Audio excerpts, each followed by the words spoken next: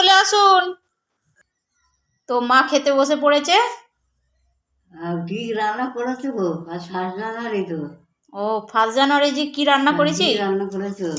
তো আজকে কি রান্না করেছি তাহলে দেখিয়ে দিই, আপনাকেও বলি। তো এখানে করেছি ঘি পোলাও, বাসন্তী পোলাও নয়, ঘি পোলাও। হ্যাঁ, আলু কষা, আর এখানে হয়েছে ফুলকপির রোস্ট। তো আজকে এটাই হয়েছে। তো আচ্ছা মাকে দিই, মা খেয়ে দিয়ে বলুক। মানে বাসন্তী পোলাও করিনি, আজকে ঘি পোলাও করেছি। হ্যাঁ, কিচ্ছু অসুবিধা নেই, আপনি খান অল্প করে, কিচ্ছু হবে না, কিচ্ছু অসুবিধা নেই।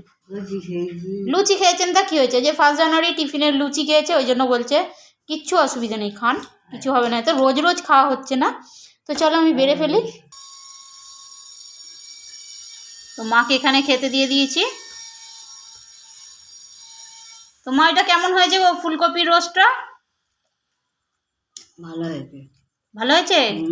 সব ঠিক আছে টেস্ট? হ্যাঁ। আচ্ছা, এবার আলুর দমটা দিয়ে খান, খেয়ে দেখুন কেমন হয়েছে।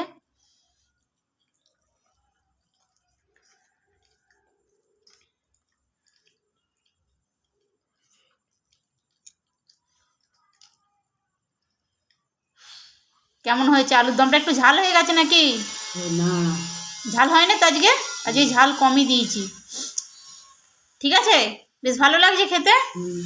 তো আজকে সাদা মানে ঘি পোলাও করেছি।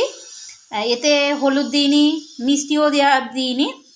এতে পেঁয়াজ ভাজা, পেঁয়াজ মানে প্রথমে দিয়েছি, গরম মশলা দিয়েছি গোটা সব ঘিয়ের ওপর। তো গরম মশলাটা ভাজা হয়ে যাওয়ার পর দিয়েছি পেঁয়াজ কুচি। তো পেঁয়াজটা লাল লাল করে ভাজা হয়ে যাওয়ার পর তার উপরে কাজু বাদাম দিয়েছি।